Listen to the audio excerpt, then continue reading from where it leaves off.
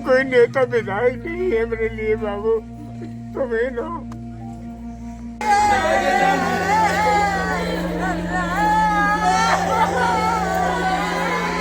खाकी ये सिर्फ एक रंग नहीं, ये वो एहसास है जो किसी की टूटी उम्मीदों को सहारा देता है। ये वो पहचान है जिसे देखते ही आंखों में भरोसा लौट आता है। ये वर्दी जब सड़कों पर उतरती है तो कानून की ताकत बन जाती है, और जब किसी बेबस के दरवाजे पर पहुंचती है तो उम्मीद की आखिरी किरण बन जाती है। लेकिन जब यही खाकी अपने फर्ज से भटक अत्याचार करने लगती है तो उसका खामियाजा लाचार जनता को भुगतना पड़ता है। जी हाँ, कुछ ऐसा ही देखने को मिला बाराबंकी जनपद के रामस्नेही घाट क्षेत्र के ढेमा गांव में, जहां एक खाकीधारी की धमकी ने किसी की जिंदगी छीन ली।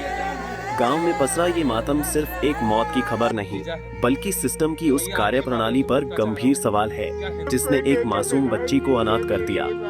बीते बुधवार की देर रात जब 25 वर्षीय सुहेल ने अस्पताल में अंतिम सांस ली तो उसके साथ ही इंसाफ की वो उम्मीद भी टूटी दिखी जिसके लिए उसका परिवार पिछले 1.5 महीने से संघर्ष कर रहा था। दरअसल ये पूरी घटना की शुरुआत फरवरी माह में हुई थी।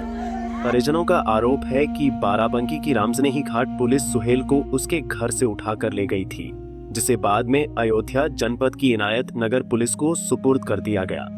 सुहेल के पिता वसीमुद्दीन और बहन जुबेदा का गंभीर आरोप है कि अयोध्या जनपद की पटरंगा पुलिस और बसौड़ी मथुरा चौकी में उसे 3rd डिग्री दी गई। परिजनों का दावा है कि पुलिसकर्मियों ने सुहेल को बेरहमी से पीटा और फिर 2 लाख रुपए की अवैध मांग की। पुलिस ने उसे यहाँ तक कह दिया कि पैसे लाओ या फंदे पर लटक जाओ। इसी मानसिक और शारीरिक प्रताड़ना के चलते सुहेल ने 12 फरवरी को घर में अपनी जीवन लीला समाप्त करने के लिए उठाया था। 1.5 महीने तक लखनऊ के अस्पताल में जिंदगी की जंग लड़ने के बाद सुहेल की मौत ने अब दोनों जनपदों की पुलिस को कटघरे में खड़ा कर दिया है। जिस सुहेल की मिट्टी में हम आए हैं, बड़ा दुखद और दुर्भाग्य है कि इनायत नगर पुलिस और पटरंगा पुलिस ने बेगुनाह एक आदमी गुनहगार बना दिया और मरने के बाद भी उसके सर से गुनाह नहीं गया। पुलिस फाइलों में ये लिखा हुआ है कि जो सुहेल है वो एक मुजरिम का जीजा है।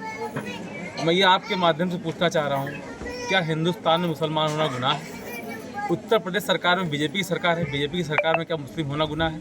अगर मुस्लिम जात से है तो उसको यूं ही मर जाना न्यायप्रिय है बाबा के लिए? क्या ये प्रशासन नहीं देख रहा है? आखिर कब तक ये प्रशासन ऐसा करता रहेगा कि मुसलमानों को दबाता रहेगा, कुचलता रहेगा? लेकिन मुसलमान जब तक एकजुट नहीं होगा उसका यही हाल होगा। मेरे लोग कहते हैं कि तुम हिंदू हो, मुसलमान का साथ क्यों दे रहे हो? लेकिन मैं इंसानियत के नाते इंसान के साथ खड़ा हूँ। लेकिन जब तक ये समाज मेरे साथ नहीं आएगा मैं अकेला कुछ कर नहीं पाऊंगा। इस समाज से मैं अपील करता हूँ कि मेरे साथ में आए और इस मुस्लिम।